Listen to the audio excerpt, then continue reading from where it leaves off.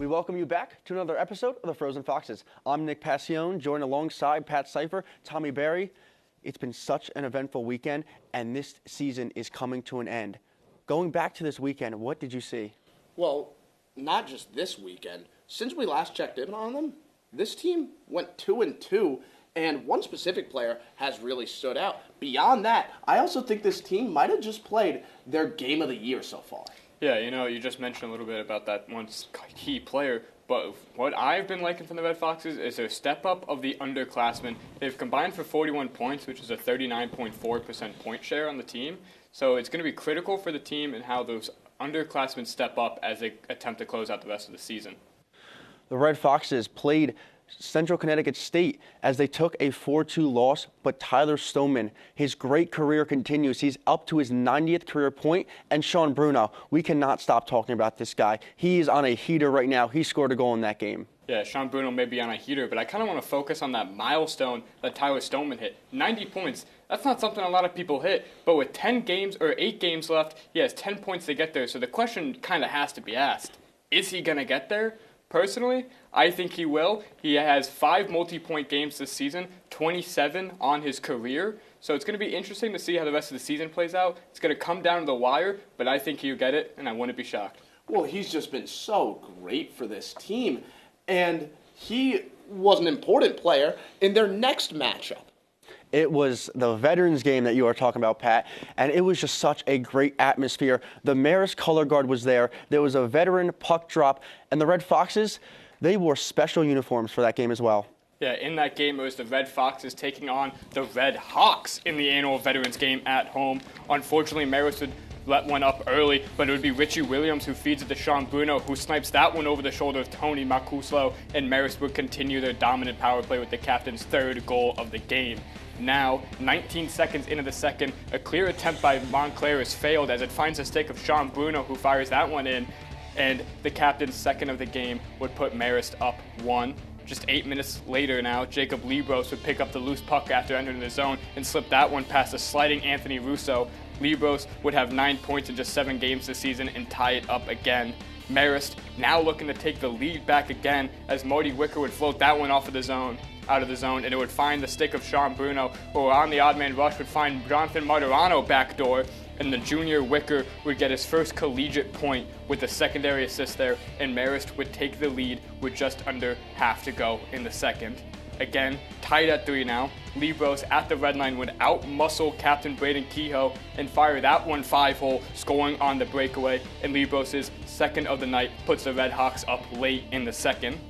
Now, just 6 minutes into the 3rd, when Jonathan Martirano dumps that one in for Zach Taylor to collect, a scary moment happens as Taylor is slammed against the board, and you would draw a holding penalty, but he'd stay in, and after drawing his own penalty, after a shot from Stevens, he would collect that rebound and score there, as after taking the big hit, it would be Bruno's 5th point of the game, matching his career high.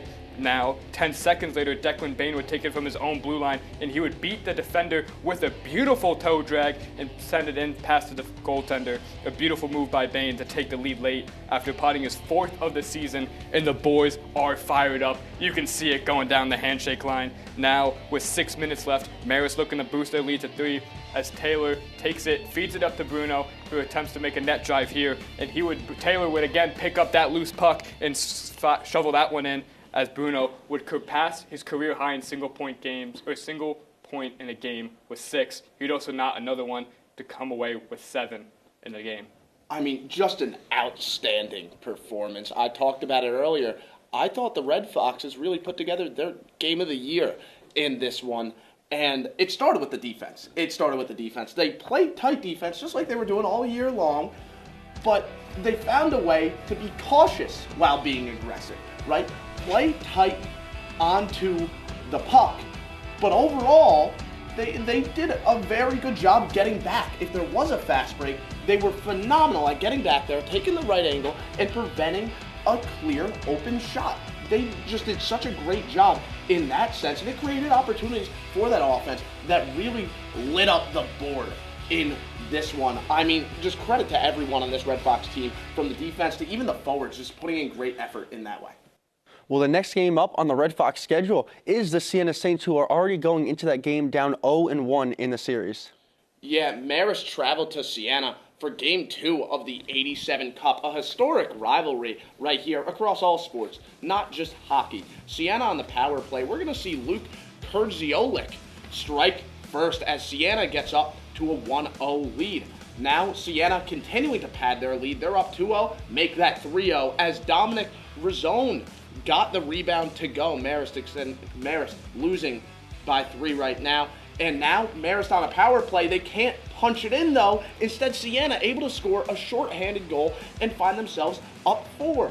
Now the Red Foxes, they have to get something going. And they are able to. Now they're down 5-1, showing a little bit of life, and they're able to show a little bit more. As Declan Bain scored on a breakaway, Siena still was able to come out on top, 6-2. Yeah, Pat, unfortunately dropping that game. But again, it was Bain and Mercogliano who were the spark in that one. But then Marist heading into their matchup against Westfield State, they were down a majority of their core, but they still had Sean Bruno there, and our own Nick Paccione was able to catch up with him. Let's take a listen. I'm here with senior forward Sean Bruno. Sean, thank you for joining me today. In the game against Montclair, you had a career-high 7 points. Just take me through that game. Yeah, I mean, it was a great game, great Saturday. Really thankful for my teammates, finding me, finding the back of the net. Couldn't do it all myself, so it was a big plus, and it was a great team win. That was not the first game that you and Zach Taylor combined for multiple points in a single game. Can you describe the chemistry that you guys are building throughout the season? Yeah, I mean, it's been building all year. It's definitely been getting better here, and it's starting to pay off, which is great to see. So during the game, what were you seeing on the ice specifically that led to your success? Against Montclair, a lot of more open ice, and we're able to find those opportunities in those soft spots. During that game, did you know that you passed your single-season point record, or did that hit you after the game? I think it hit after. I know it was close. I think I had 5 last year, so I think there's something in the back of my mind as the game winded down. All right, well, that is senior forward Sean Bruno. I'm Nick Paccione, and we'll see you next time. Thank you. Now, earlier in the season, Marist did drop a game to Westfield State, so they're now trying to hopefully even that season series. Nick, can you walk us through that one? Yeah, the Red Foxes were back on home ice, taking on Westfield State for the second time this season. Just over 6 minutes into the game, the Owls were on the power play. It's Dominic Hall who takes a shot from the point and deflected off the stick of Jake Hemingway, and Westfield State takes a 1-0 lead. Now Marist gets their opportunity on the power play, looking to tie it up, and they do. Jack Woodhead deflects the puck off Steely's stick. Just take another look at the replay as it just crosses the line. Woodhead's first of the season evens the game at 1. About 2 minutes left in the period. Fox is on another power play looking for a late goal, and it's Sean Mercogliano on the backhand who gets it past Steely. It's Merck's 5th goal of the year to put Marist up by 1. Now into the second period. It's Marist looking to expand on their lead. Steely gets the initial save on Declan Bain, but Johnny Martirano picks up the loose puck and scores. It's his 4th goal of the year to put the Foxes up 2. It's another Red Fox power play, and Sean Bruno, after putting up 7 points last weekend, he nets another one this Saturday. The captain gives the Marist Red Foxes a 3-goal lead. Now Westfield State trying to climb back as Chris Ross pushes towards the net as Luigi Mutart puts it in for the rebound and the score. The Owls cut the lead in half. After Marist would take a 5-2 lead, Declan Bain leaves it for Christian Martirano, who scores his first collegiate goal, and his teammates are loving it as Martirano brothers. They both score in the game and they win 6-3. The Martirano brothers have been great, very impactful players for this team, and you were lucky enough to have the opportunity to interview them. Yeah, it was. It was a great interview. They're 2 very underrated players, and there's a lot of brotherly banter in that interview. So let's just go ahead and take a listen. I'm joined here today alongside the Martirano brothers, freshman and junior forwards, Johnny and Christian. Thank you guys for coming on to the show today. In high school, you guys both played for Mayo Pac, and can you just speak a little bit how that meant to play with each other? It was awesome. So 2 years apart, we were never able to play on the same travel team growing up. So we always were waiting for Mayo Pac, and then in middle school we started with modified. So that was just in the spring. But then high school, my junior year, his freshman year, it was an awesome experience. We didn't win a lot, but I think that we had a lot of fun, right? Yeah. For me, originally my freshman year, I started playing defense, but then when it came to my sophomore year, when he was a senior, I moved up to forward, and we had the chance to play on the same line, which was a blast. That was so fun. And then at Mayo Pac, Johnny, you were the captain, and Christian, you were the alternate captain. How did it feel to kind of have your brother leading the team with you?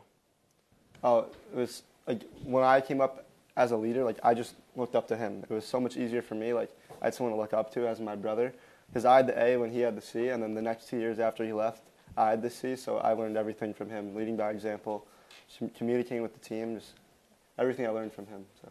Yeah, it was fun to do that together too, because at one point during my senior year, we were the only 2 captains. We eventually added another captain later on, but it's kind of like our team in high school. Yeah, it was a lot of fun though. So how did having your brother alongside you in a leadership role kind of make it a little bit easier, knowing that you guys were able to come home and kind of talk about the games or anything like that? It definitely made things a lot easier, especially since I could just go across the hall to his room, talk about the games, like what could we work on better, And one of our friends on our team, Christian was good friends with him, Alex Warner, plays at RIT now. We were a good line. We were always talking to him too. He lived right down the road from us, so it was pretty good. It's just overall for like team camaraderie, like I think just made things easier. Like we could hash out anything, work on stuff, whatever. Mm-hmm. Just like the convenience of having like my brother right here, like we would watch like film together, just like discuss plays. It was like so easy for me if I just had like you said, right down the hall, just talk to him about it. And Johnny, you mentioned when you were older, you guys had a backdoor rink. Can you just describe a little bit how it was going up playing hockey in the rink like that? Yeah, so I think in first or second grade, I was about 7 or 8 years old. My dad, he decided to put a backyard rink, the plywood boards, the tarp, and everything like that, kind of like Easy Ice or whatever that is. But, my dad started a family, like they're all hockey players, like his 2 brothers played. So we took a little bit longer to adapt to that and start playing, but that's our earliest memories in the backyard skating, just like pure fun, pure joy of like starting hockey. It was awesome. And Christian, what do you remember growing up on those rink? I mean, that's where I learned how to skate. Like, even, we used to play with our oldest brother who doesn't play anymore. But, like, I just remember, like, me and him would, like, fight on the ice. It was so much fun. My dad, like we would help build it when we were younger. Like, I remember, like, throwing him into the snow, like, over the boards. But it was so fun. Like, that's where we like, grew up playing. That's, like, where we learned. Like, that's, like, the foundation of, like, where we started playing hockey. And then another question for you, Christian. As the season has continued, you've played a little bit more. Can you just speak about the role you're kind of starting to step into as the season continues? I just feel like, especially as a rookie, it's like I knew it wasn't going to come easy. Like I knew I had to earn my role, earn my spot, whether it was doing like rookie duties or just like just being there for the team. Like I knew my role like, as the season's emerging. Like I'm just like trying to do whatever coach asked me to do. Just like trying to be the most helpful I can to the team, to the coaches, for us to win. And speaking of Coach Lobianco, Christian, you're also coached by him. How has that kind of helped you step into this freshman year at Marist? It's been a little bit easier for me as I've known Coach Lobo for a couple of years now. So he was my coach when I was like 12 or 13 years old. So I knew like how he coaches, the way the practices go. It helped like me settle in a lot easier here, and like I'm grateful that I'm still able to play with him as I come into college. And then Johnny, what have you seen? You've been here for 3 years with the program. What have you seen from Christian's game, and how has it improved since he stepped on campus here? I think, he's worked really hard and it's starting to pay off. Last weekend, he had a big weekend, scoring his first goal. It's just, it was a little tough for him as a freshman. You don't always get to play all the time. But I think, he really worked his way up in practice. He had to switch positions, do all of that. And, he just stuck to it. He didn't give up. And, he's finally cracking the lineup. And I think he's here to stay. And Johnny, you did just mention you guys both scored in that Westfield State game. Christian, that was your first goal. How did it feel to kind of go down the handshake line knowing your brother was there? Knowing my brother was there was like he's been there my entire hockey journey. So just like having him by my side has just been amazing. But like when I'm scoring that goal, just like sigh of relief a little bit. Just like finally got like that first one off my back. But now I know I got many more to come, and I'm here with my brother again, just like high school. Just like I played with him. Yeah, and then in that game, too, you guys were down a pretty big piece of your core there, but you're still able to come over with the win 6-3 against a good Westfield State team. Can you kind of just bring us into the locker room of, like, what was the mood like after that big win? Yeah, it was awesome. That whole day there was just a different energy, missing some of the senior guys, wanted to prove, like, what we could look like next year potentially. And I think we did a great job. And, everybody was at high vibes, like having a good time. We were all just happy to get a win, especially the way we started the season. And it was just, like he said, like a sigh of relief to just get going. And I think everybody just, was locked in last week and, paid off. Yeah, and then also win last week and a win a week before against Montclair. Christian, what do you think has been the key to success recently? I just think we're playing more as a team, not just for ourselves. Like, we're playing for the guy next to us. Like, I just think, like, it's also kind of a result like the locker room. Like, I feel like our locker room has been more positive, more like we've been like our morale has been a lot higher. I think that's like kind of like translating on the ice, and we've just been playing more for fun in a way. Just like it's panning out pretty well so far. Yeah, you just described a little bit of the locker room and the identity. How would you guys describe the identity that you guys are creating so far? I think I think we're trying to have more of a fun time here. It's not always easy losing, especially early in the season, but I think as the season progressing, we're trying to have more fun. Keep it positive, and one of our teammates, Sean Bruno, he's a good guy. He's a goofy guy, as we call him. But he's always like dancing and stuff and like celebrating. We say he's doing all these emotes. It's pretty funny, but I think that's rubbing off on the whole team. And yeah, I just think it makes things easier. It makes it more enjoyable to go to the rink, everything. And like I said, I think when we're having a good time, it just helps us play better too. Yeah, you just mentioned Sean kind of emoting. Yeah. Fans aren't really seeing that. What do you guys think is something that fans won't see between you two? Ooh, that's a good question. Probably all the fighting and arguments we do in the locker room about bickering about whatever, but yeah probably that.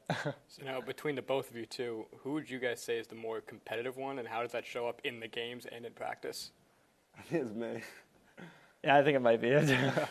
I feel like not just hockey, like in anything we do, I'm always trying to beat him, whether it's playing like video games or like just like playing sports in the backyard, like wiffle ball or anything like that. Just like we're always competing in anything we do. Yeah. When we were younger, in our playroom, whatever, we had the knee hockey sticks in the net. We have so many battles in there. We had a couch in there too, so we'd check each other like into the couch. Christian played goalie a lot too. I always shoot at him, but just all those memories and stuff. Playing shell too, like we used to play all the time, and we still play today too. Yeah. Thank you guys so much for coming on. Junior and freshman forward Christian and Jonathan Martirano. Thank you guys. Going back to the table.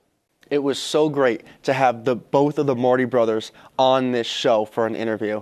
But now we look ahead to the weekend review where Sean Bruno stays hot and he gets 11 points in the last 4 games as well. Not only that, but the Marist penalty kill is leading up to these Red Fox wins. Yeah, like you just said, leading up to those wins, their at-home penalty kill has been tremendous. Over the last 2 games, or over their last 2 victories, I should say, they've killed 8 out of the 11. And what I've really been liking from them on the penalty kill is that they do a really good job at jumping to the points off of the face-off like here, causing disruption, which leads to an often early clear, which will kill off an extra 15 seconds. They also trap the other team in the neutral zone here, not allowing any form of space, and then they dump it on in. It allows for maybe some quick offensive chances here, so good dumps there in the neutral zone. And then also the Foxes, they're constantly picking up sticks in their own zone. Right here, Matthew Comboy picks up that Westfield State skaters, and then it allows Jake D'Argento to get in there and clear that one on out. And then finally, the Red Foxes excel at getting sticks in the passing lane. Right here, Westfield State had to sit and stop for a second, but as the puck gets closer to the net, the Marist defense will collapse. That's what I've been really liking. It forces opponents to the outside, which often stagnates the power play, and that is kind of why these wins have been stacking up for Marist. Yeah, the special teams has been so key for them in these past few weekends. It's part of the reason that they're 2-2 since the last time we've talked on this show. Now, tell me a little bit about the teams that they're playing against, because that could be key as they face off against a tough schedule. Yeah, so this weekend coming up, they're going to play Sacred Heart on Friday and Merrimack on Saturday. But a little side note for that Sacred Heart game, do you guys remember when that game got delayed and the side panel, the glass came off? Well, they're going to play that before the actual game is scheduled. It's the final 9 minutes and 47 seconds that will be played.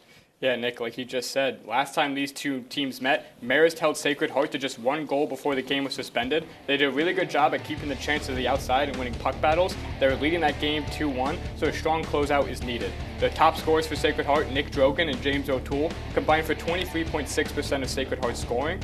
So for Marist, the focus on repeating that strong defensive structure from the first meeting and managing that last remaining minutes in that game.